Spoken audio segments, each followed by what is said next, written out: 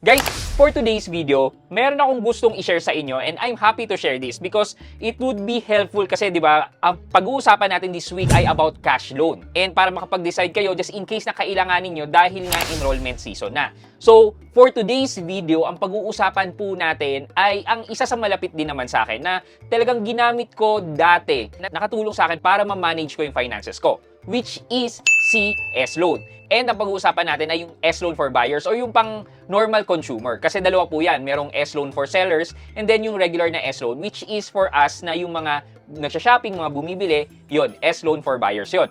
So anong meron dito kay S-Loan? Well, somehow interesting siya because meron pa promo si S-Loan and if you take advantage of this, mas makakatipid ka sa pagbabayad ng interest. So, samahan niyo ako pag-usapan natin si S-Loan. Sit back and let's discuss coming right up.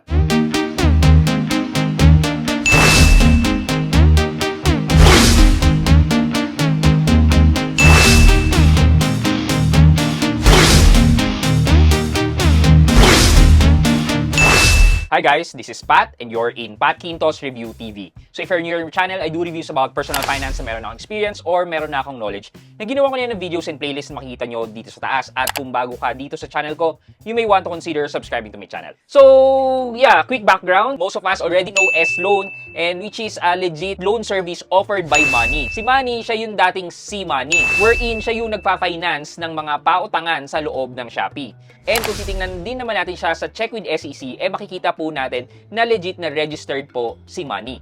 Okay, done with that, ano na nga ba itong offer ni S-Loan na sa tingin ko magbe-benefit din kayo. Medyo nalungkot ako previously kay S-Loan kasi meron akong available limit na around 23,700 na matagal ko nang hindi naman din ginagamit.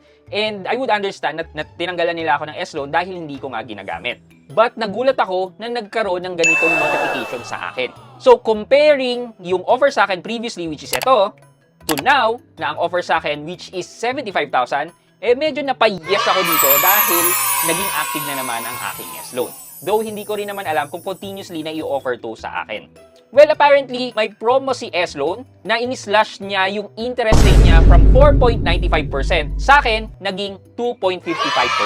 And guys, take note, itong promotion na to, nagbabari din ng interest. Merong iba na nakita ko na mas mababa pa, 2.15%. So, you may want to check your S-Loan right now and verify kung nabigyan kayo ng offer na ganito. At tingnan nyo at mag-calculate din kayo after this video. So, silipin natin tong offer na to. From previous na loan offer sa akin which is 23,700, na nangyari is nalock nang hindi ko naman ginagamit, nagkaroon siya ng bagong offer. Nagulat din ako dito sa offer sa akin which is 75,000 pesos ang pwede kong hiramin kay S-Loan sa loob ng up to 12 months to pay. So, ang tenure dito is 3, 6, 9, and 12 months. And given that promotion na 2.55% lang po monthly ang interest, that would equate around 30% per annum. So, kung sisilipin natin sa app, ito po siya. Ayan po, S-Loan, lower interest just for you.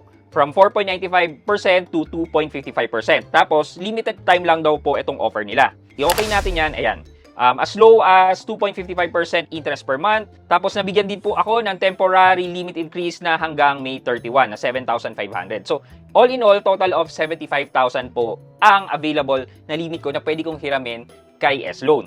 So, if in case na hihiramin ko po siya, ito po yung aking magiging monthly repayment kay S-Loan sa loob ng 12 months. Bali, 8,162.51 po ang magiging monthly ko. So, kung i-calculate natin yan, 8,162.51 times 12, it would give me a total repayment po of 97,950. I-minus po natin yung loan amount natin which is 75,000. That would give us around 22,950 na interest. I-divide po natin siya by 75,000. Yan, nasa 30.60% po ang annual interest po niya. Kung i-divide po natin yan by 12, ayan, nasa 2.55% nga po. Tama naman po yung calculation niya. But before you proceed in getting a loan, meron po siyang admin fee. Yung admin fee po, nag-range po yan ng 0 to 2%. So, if in case na, let's say, ito sa akin, 75,000, ang binigay po nila sa akin ditong admin fee ay 0.99%. Ang magiging total amount na matatanggap ko ay 74,325 pesos. So, in terms of admin fee, medyo pwede na rin naman po. And kung titingnan naman natin sa interest, so, nasa around 22,000 yung interest ng 75,000.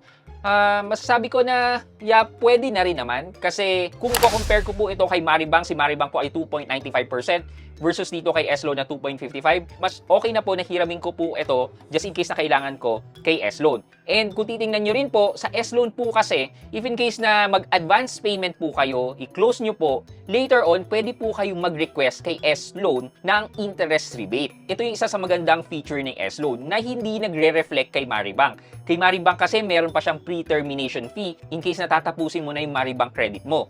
Where, dito naman kay S-Loan, pag binayaran mo lahat ng monthly amortization mo, which is binayaran mo lahat ng interest, later on, pwede ka mag-request ng interest rebate na walang-wala kay Maribank. Isa pa sa masasabi ko, yung 2.55%, way lower po to kung sa credit card nyo po siya kukunin and kung gagawin nyo po siyang straight purchase. Kasi sa credit card po, it's 3%. So, in that case, masasabi natin na mas mababa itong offer ni S-Loan. However naman po, if kukunin nyo yung same amount na pera na to sa credit card ng installment like credit to cash, definitely po na mas mababa sa credit card. Kung ako po ang malalagay sa sitwasyon na mamimili ako between S-Loan and credit card, ang gagawin ko po muna is titingnan ko po muna yung credit card kung meron siyang credit to cash facilities. And kung meron, usually nasa around 1% per month lang po ang interest nila. Way lower po yan sa mga ino-offer netong mga lending apps natin or mga financial institution natin. Thus, kung meron, go ahead sa credit card. Pero kung wala naman at naghahanap ka ng mauutangan at nagko-compare ka sa mga online lending apps or other financial institution, masasabi ko po na si S-Loan by Money ay isa sa nag-o-offer ng mababang interest. Given na meron kayong offer na katulad nitong promo sa akin. But in case na wala, 4.95%, medyo magtitingin-tingin pa po ako sa iba like bilis na pinag-usapan natin kahapon. If in case na hindi nyo pa napapanood yun, you can head over to this video and check that video na lang. For our question of the day, so for me nakita ko na si S-Loan isa sa nag-offer ng mababang interest. And mababa talaga to. But gusto ko lang din malaman, crowdsourcing, for our question of the day, meron ba kayong alam na loan app or loan service na katulad ni Bilis or G-Loan or ni S-Loan na nagbibigay ng much lower pa sa 2.55%? Hindi credit card hindi rin personal loan ng bank. Meron ba? Let me know sa comment section sa baba for our weekly giveaway.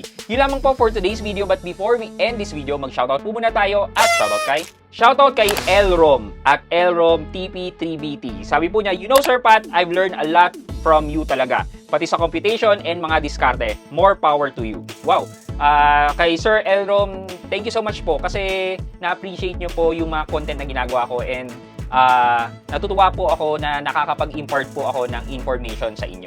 Maraming salamat po sa suporta. I hope you like this video, leave a thumbs up, and if not, wala namang problema dyan, but continue to support me by subscribing to my channel by clicking the subscribe button and also the bell button sa tabi ni subscribe para mag-receive kayo ng latest notification sa lahat ng upload ko. Again guys, this is Pat Quinto and you're in Pat Quinto's Review TV. Bye-bye!